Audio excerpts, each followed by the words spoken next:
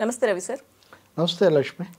Sir, ఆంధ్రప్రదేశ్లో TDP Janasena already పొత్తులో ఉన్నాయి. ఇప్పుడు బీజేపీ వీళ్ళతో కలిసి వస్తుందా లేదా అన్న దానిపైన ఇంకా స్పష్టత అయితే రాలేదు సార్. అధికారికంగా ప్రకటన అయితే రాలేదు. కానీ ఒకవైపు ఏపీ బీజేపీ అధ్యక్షురాలు పురంధేశ్వరి గారు మాత్రం ఈరోజు మాట్లాడినప్పుడు కూడా పల్లెకి పోదామనే కార్యక్రమం మేము చేపడుతున్నాం, పార్టీని బలోపేతం చేసుకుంటున్నామంటూ మాట్లాడుతున్నారు. పొత్తుల విషయాన్ని అమిత్ షా సమయాన్ని బట్టి స్పందిస్తారన్నట్టు ఆవిడ చెప్తున్నారు. ఏంటి సార్ మొత్తం ఈ వ్యవహారంలో ఎప్పుడు ఒక స్పష్టత వస్తుందంటారు? అంటే స్పష్టంగా మీరు తీసుకోండి, పెద్ద సందేహాలు ఏం లేవు. బీజేపీతో తెలుగుదేశం జనసేన పొత్తు పెట్టుకోబోతున్నాయి. ఇంకా చెప్పాలంటే తెలుగుదేశం చంద్రబాబు నాయుడు వాళ్ళు వెంటబడ్డారు, 1-2 సార్లు వెళ్ళారు. దాంతో పొత్తుకు వాళ్ళకు కూడా బీజేపీకి కూడా ఆంధ్రప్రదేశ్లో కానీ సౌత్లో పెద్దగా బలం లేదు కాబట్టి వాళ్ళకి బలం ఉన్న తెలంగాణలో మేమేం పొత్తు పెట్టుకోమని కిషన్ రెడ్డి చెప్పేశాడు. మాకు జనసేనతో పొత్తు అవసరం లేదు, తెలుగుదేశంతో కూడా మాకేం లేదు అని కూడా చెప్పాడు. కాబట్టి తెలంగాణలో అక్కర్లేదు, ఆంధ్రప్రదేశ్లో అయితే ట్రై చేస్తాము అని అంటున్నారంటే వాళ్ళకి అవసరము. రెండోది వీళ్ళు కూడా చంద్రబాబు నాయుడు మరీ ముఖ్యంగా బయట అనుమానము లేకపోతే అస్పష్టం అనటమే కానీ ముందు రోజు నుంచి చంద్రబాబు తలుపులు తెరుచుకొనే కూర్చున్నాడు. బీజేపీ ఎప్పుడైనా రా, నేను వాళ్ళ కోసం ఓ 10-12 సీట్లు కూడా అట్టుపెట్టి ఈ విషయం పవన్ కళ్యాణ్ కూడా కొంత చొరవ తీసుకోవడానికి ట్రై చేశాడు. వాస్తవానికి చర్చల మొదట్లోనే చంద్రబాబుతో కూర్చున్నప్పుడే మరి బీజేపీ సంగతి ఏంటి అని ఆయన అడిగితే బీజేపీ సంగతి నేను చూసుకుంటాను, మీరైతే ముందు మీ సంగతి తేల్చుకోండి అని చంద్రబాబు నాయుడు. ఎందుకంటే బీజేపీకి తెలుగుదేశానికి మధ్యలో జనసేన ఏదో రాయబార పాత్ర వహించింది లేదా పవన్ కళ్యాణ్ మాట్లాడాడు అనే ఇంప్రెషన్ పెద్దగా ఇవ్వటం కూడా చంద్రబాబు నాయుడుకు అంత ఆసక్తి లేదు. సో ఆయనకు బీజేపీతో ఉంటే కేంద్రంలో తనకు మద్దతు ఇవన్నీ ఉంటాయి. పైగా ఈ కేసులు ఈ సమస్యలన్నీ ఉన్నాయి. అంటే ఏ ఆరోపణ అయితే జగన్ మీద టీడీపీ చేస్తుందో ఇంచుమించు వీళ్ళ పరిస్థితి కూడా అంతకంటే ఏం మెరుగ్గా లేదు. కాబట్టి తెలుగుదేశం పార్టీ ఏదైనా మొన్న మనము అమిత్ షా ఎకనమిక్ టైమ్స్ కాంక్లేవ్లో మాట్లాడిన అంశాలు మనం మాట్లాడాం. ఆ మాట్లాడిన దాంట్లో మనం మాట్లాడిన కొంత భాగం ఉంది. తర్వాత సెకండ్ హాఫ్ కూడా మనం చూస్తే అమిత్ షా కుండ బద్దలు కొట్టి 2-3 కుండలు బద్దలు కొట్టి మరీ చెప్పాడు. ఏమంటే మాతో చాలామంది పొత్తుల్లో ఉంటారు, వస్తుంటారు, పోతుంటారు, మేమైతే ఎవరిని పంపించాము, ఆ వెళ్ళిన వాళ్ళు మళ్ళీ తిరిగి వస్తే కనుక మేము చూస్తాము, మేము ఫ్యామిలీ ప్లానింగ్ కుటుంబ నియంత్రణ మేము పాటించాము, ఇవన్నీ ఎక్కువ పార్టీలు వస్తే మాకు అంత మంచిది జాతీయ స్థాయిలో. అయితే అది ఏంది, ఏ దశలో ఉంది, ఎంతవరకు ఉంది నేను చెప్పలేను. అప్పుడు ఆ యాంకర్ ఆమె అడిగారు, మీరు చంద్రబాబుతో కూడా మాట్లాడారు అంటున్నారు కదా, అకాలీదళతో కూడా మాట్లాడారు అంటున్నారు కదా, ఇట్లాంటివి ప్రధానమంత్రి కూడా జగన్తో మాట్లాడారు కదా, ఆమె అది కూడా చెప్పారు. ఈరోజు చంద్రబాబుతో మీరు మాట్లాడారు, రేపేమో మరుసటి రోజేమో చంద్రబాబు జగన్మోహన్ రెడ్డి వచ్చి ప్రధానితో మాట్లాడారు, అసలు ఏం జరుగుతుంది అని అడిగి ఇది కీలక ప్రశ్న నిజానికి అందరి బుర్రలో ఉంది. మా పార్టీ కానీ ప్రభుత్వం కానీ ఎవరెవరితో ఏమేమి మాట్లాడుతుంది, లోపల ఏం జరుగుతుంది అవన్నీ నేను ఈ సభలో మీకు నివేదిక ఇవ్వలేను. రకరకాల చర్చలు రకరకాలవి మేము జరుపుతుంటాము. మా ఎన్డీఏకు ఎక్కువ సీట్లు వచ్చే విధంగా మేము చూస్తాము. వెళ్ళిన వాళ్ళు వస్తే మేమేం పంపించలేదు కదా, వాళ్ళు ఎందుకు పోయారో వాళ్ళు ఎందుకు వచ్చారో అని.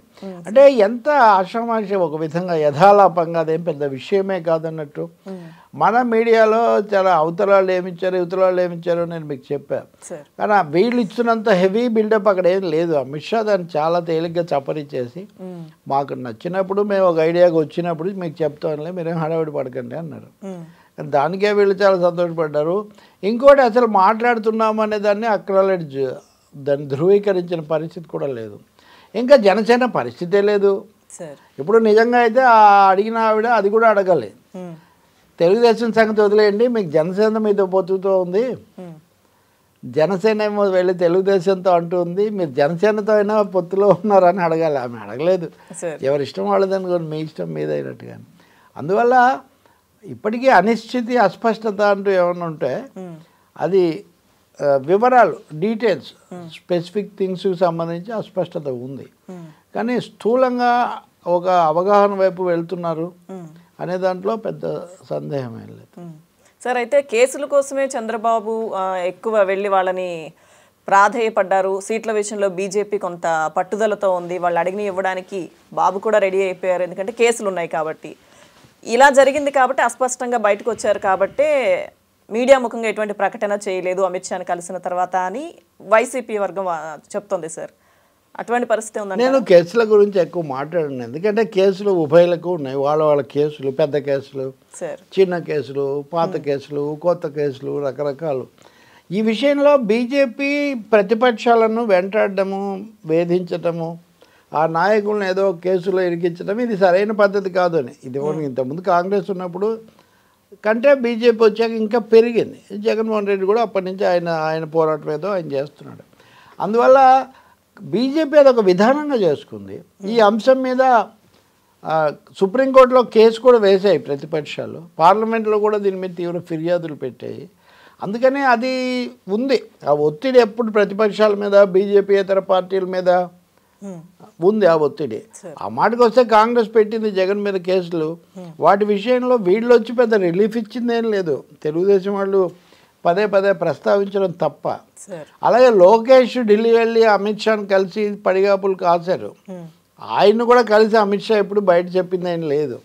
ఒక విధంగా ఇతరులందరూ తమ చుట్టూ తిరుగుతూ ఉండాలి, తమ ఒత్తిడిలో ఉండాలి, తమకు లోబడి ఉండాలి అన్నదే బీజేపీ యొక్క లేదా కేంద్రం యొక్క ఆలోచన. పవన్ కళ్యాణ్ మీద కూడా అట్లాంటి ఒత్తిడిలు ఏవో కొన్ని ఉన్నాయి అని చెప్తారు కొంతమంది. ముఖ్యంగా ఇదే టీడీపీ అన్నట్టే వైసీపీ వాళ్ళు కూడా అంటుంటారు. నాకు తెలిసి 2019 ఎన్నికలకు ముందు అయితే మటుకు పవన్ కళ్యాణ్ వామపక్షాలతో వెళ్తున్నాడు అని తెలిసినప్పుడు తప్పకుండా ఆయన మీద ఐటీ రైట్స్ అవి జరిపారు. నేనైతే ఎప్పటికప్పుడు పన్ను కడతాను, నాకేం సమస్య లేదని ఆయన అన్నారు. కానీ వీళ్ళు రైట్స్ జరిపిన మాట మాత్రం నిజమే. అందుకని బీజేపీకి అది అలవాటే. అది అలా ఉంచుకొని ఇతర కోణాల్లో గురించి మనం ఆలోచిస్తే కనుక ఇందాక అమిత్ షా చెప్పిన మాటలు మీరు గుర్తు చేసుకోండి. వాళ్ళు వెళ్తుంటారు, వస్తుంటారు, వాళ్ళ ఇష్టం, మాకేంటి, మేము మా పద్ధతిలో పోతామన్నారు. కాబట్టి వాళ్ళు వెళ్ళి వచ్చినంత మాత్రాన మేము పెద్దగా నెత్తిన పెట్టుకోవాల్సిన అవసరం మాకేం లేదు. మాకు నచ్చిన పద్ధతిలో వాళ్ళు ఉంటే మేము చేర్చుకుంటాం, లేకపోతే లేదు అని చెప్పేశారు. కాబట్టి తెలుగుదేశం పార్టీ మీద మాకు ఇన్ని సీట్లు కావాలి కాకుండా ఈ సీట్లు కావాలి అని కూడా ఒత్తిడి తెచ్చే ఒక అవకాశం జరుగుతుంది. ఆ విషయంలో బహుశా ఇంతవరకు చంద్రబాబు పూర్తిగా చెప్పలేదేమో. మూడోది వాళ్ళ షరతులు ఏంటి అన్నది కూడా ఖచ్చితంగా స్పష్టత రాలేదేమో, అందుకని ఆలోచన చేస్తున్నారు. ఇది జనసేనకు కూడా ఇబ్బందిగా మారుతుంది. అంటే జనసేనకు కూడా ఇబ్బంది అన్నారు కదా సార్. సీట్ల విషయంలో ఆల్రెడీ వీళ్ళిద్దరికీ తేలట్లేదు కాబట్టి ఇంకా మళ్ళీ బీజేపీ వస్తే జనసేనకి సీట్ల గండిపడే అవకాశం సార్. అంటే ఒక విషయం ఉంది, జనసేన తెలుగుదేశం ఉమ్మడి ప్రకటన వస్తుంది, ఉమ్మడి జాబితా వస్తుంది, ఉమ్మడి మేనిఫెస్టో వస్తుంది, ఇవన్నీ అన్నారు. కానీ ఎందుకు రాలేదు ఇప్పటివరకు? ఉదాహరణకు ఈ 3-4 సార్లు కలిశారు కదా, ఎందుకు రాలేదంటే జనసేన కూడా ఒక్క తెలుగుదేశంతో మాత్రమే పొత్తు పెట్టుకోవడం, లేదా తెలుగుదేశంతో పాటే నడవడం అన్నదానికి జనసేన కూడా అంత సుముఖంగా లేదు. వాళ్ళు కూడా వచ్చాక ముగ్గురం కలిసి ప్రకటన చేద్దాంలే అని ఇప్పుడు చేయడం అంటే పూర్తిగా తెలుగుదేశాన్ని అనుసరించాల్సి వస్తుంది కదా. కాబట్టి ఎన్డీఏ భాగస్వాములుగా ముగ్గురం కలిసి ప్రకటన చేద్దాం, ముగ్గురం కలిసి అవగాహనకు వద్దాం, దీని మీద వాళ్ళు ఉన్నారు. ఇంకోవైపున సీట్ల విషయానికి వస్తే బీజేపీ వచ్చి కండిషన్స్ పెట్టాక ఈయన ఎలాగో లోబడిపోతాడు. అంటే బీజేపీ కండిషన్స్కి ఈయన లోబడిన తర్వాత మా ప్రయోజనాలు నెరవేరుతాయో లేదు. కాబట్టి ఈ లోపల ఎవరిని పోటీ చేయించాలి, ఎక్కడ పోటీ చేయించాలి, ఎక్కడ మన కీలకం, వదులుకోకూడనివి ఏవి అనే అంశాలు తేల్చుకోవాలనే ఒక తొందరలో పవన్ కళ్యాణ్ ఉన్నారు. అందుకని ఆయన ఈరోజు మంగళగిరికి వెళ్ళి తమ వాళ్ళతో సమావేశమయ్యారు. సాయంత్రం ఏదో చంద్రబాబు ఆయన సమావేశం అవుతారని చెప్తున్నారు.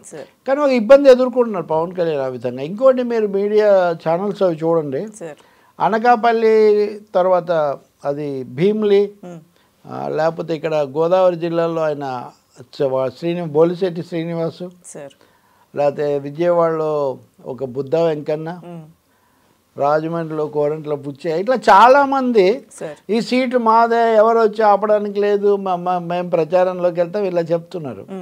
వాళ్ళ జనసేన కార్యదర్శి ఆయన బోలిశెట్టి శ్రీనివాస్. ఆయన అయితే కనుక నాకు మా పవన్ కళ్యాణ్ నాదెళ్ల మనోహర్ ఎప్పుడో చెప్పారు ఈ సీట్ నీదే ప్రచారం చేసుకో అని. నేను చేసుకోవచ్చు, కానీ ఇంకా తెలుగుదేశం నుంచి రావాలని నేను చూస్తున్నాను, కానీ ఈ సీట్ అయితే నాదే అని ఆయన బల్లగుద్ది చెప్తున్నాడు. భీమిలి అనేది అనకాపల్లి అనేది ఇప్పుడు అనకాపల్లి మాది అని జనసేన భావిస్తుంటే నాకు విజయవాడన్నా సీట్ ఇస్తారు, ఎమ్మెల్యే సీటు, లేదా అనకాపల్లిలో ఎంపీ సీట్ అయినా ఇస్తారని బుద్ధ వెంకన్న చెప్తున్నారు. గంటా శ్రీనివాస్ చాలా ముఖ్యమైన నాయకుడు, అది ప్రజారాజ్యంలో గెలిచాడు. ఆయన విశాఖలో పోటీ చేస్తారా లేకపోతే భీమిలీలో చేస్తారా అనే ఒక సందేహంలో భీమిలీ ఇచ్చారన్నారు. కానీ ఒకవేళ బీజేపీ వచ్చి విశాఖపట్నాన్ని గట్టిగా పార్లమెంట్ సీటుకు పట్టుపడితే అప్పుడు గంటానుకు సీట్ లేక అప్పుడు అక్కడ పోటీ చేసే భరత్ను తెచ్చి ఇక్కడ పెట్టాలి భీమిలీలో. అప్పుడు భీమిలీలో అనుకుంటున్న గంటా ఏమవుతాడు, ఇట్లాంటి ప్రశ్నలు వాళ్ళకు ఉన్నాయి. సో ఈ విధంగా ఒక చైన్ రియాక్షన్ లాగా తెలుగుదేశంలో ఉన్న అంతర్గత సమస్యలు, రెండోది బీజేపీతో పొత్తు కుదిరితే ఉత్పన్నమయ్యే సమస్యలు, వీటి వల్ల ఫైనలైజ్ తుది నిర్ణయం తీసుకోవడానికి ఆటంకం అవుతుంది. ఇంకా ఒక పెద్ద సమస్య ఏమంటే జనసేన ఎప్పటి నుంచో బీజేపీతో ఉంది, ఎన్డీఏలో ఉంది, మా గౌరవం అని పవన్ ప్రకటించున్నాడు. కానీ ఆయన ప్రమేయమే లేకుండా తెలుగుదేశంతో చర్చలు జరుగుతున్నాయి, అంతే కదా. కాబట్టి అది కూడా గౌరవంగా ఉండదు కదా. బహుశా ఆయన ఇప్పుడు ఢిల్లీ వెళ్ళొస్తారంటున్నారు. ఒకసారి వెళ్ళొచ్చినా లాంఛనంగా వెళ్ళటమే. కానీ చంద్రబాబు నాయుడు ఒత్తిడి, చంద్రబాబు నాయుడు ఇది ఎక్కువగా ఉంది. ఈ క్రమంలో వాళ్ళిద్దరినీ బీజేపీ ఎలా ఉపయోగించుకుంటుంది, మూడోది ఎన్డీఏ ఎజెండా వాళ్ళతో ఒప్పిస్తే, అదే అమిత్ షా స్పష్టంగా చెప్తున్నాడు కదా, చంద్రబాబుగా మళ్ళీ ఏదో ఒక విధంగా అధికారంలోకి రావడం అజెండా, పవన్ కళ్యాణ్కు శాసనసభలో ప్రవేశించడం అజెండా, బీజేపీకి మూడోసారి మోడీ గారు బ్రహ్మాండమైన మెజార్టీతో హ్యాట్రిక్ సాధించడం అజెండా. ఈ ముగ్గురు ఎజెండాలు కొంచెం తేడాలు ఉన్నాయి పూర్తిగా, అంతే కదా. వీటన్నిటిని ఎలా సర్దుబాటు చేసుకొని ఎప్పుడు ఒక ఉమ్మడి వైఖరి, ఉమ్మడి ప్రకటన వస్తుంది, వచ్చిన తర్వాత ప్రజల స్పందన ఎలా ఉంటుంది ఒకటి ఖాయం కదా. ఏపీకి సంబంధించిన ఏ విషయంలో బీజేపీ వైఖరి మార్చుకునే అవకాశం లేదు. ప్రత్యేక హోదా ఇవ్వరు, పోలవరంలో ఇలా అని వాళ్ళని చెప్పరు, విశాఖ ప్రైవేటీకరణ ఆపరు, అన్నీ జాప్యం చేయడం తప్ప చేసేదేం లేదు. బీజేపీతోని వైసీపీ జగన్ ఎలా ఎదుర్కొన్నారు, లోపడ్డాడు, చంద్రబాబు గతంలో ఏం చేశాడు ఆ లెక్క వేరు. కానీ ఎన్నికలకు వెళ్ళేటప్పుడు మనకి ఏమీ చేయని బీజేపీతో ఎలా వెళ్తున్నారు అనే ఒక ప్రశ్న అయితే ఈ కూటమికి వస్తుంది. అది ఎలా ఎదుర్కొంటారు, మళ్ళీ ఒకసారి ప్రజలను ఒప్పించే లేదా ఆకట్టుకునే పిలుపులు ఎలా ఇస్తారన్నది మనం చూడాల్సి ఉంది. దానికోసం చాలా సర్కస్, పొలిటికల్ సర్కస్, రాజకీయ సర్కస్ అయితే జరుగుతున్నట్టే కనిపిస్తుంది. Thank you sir.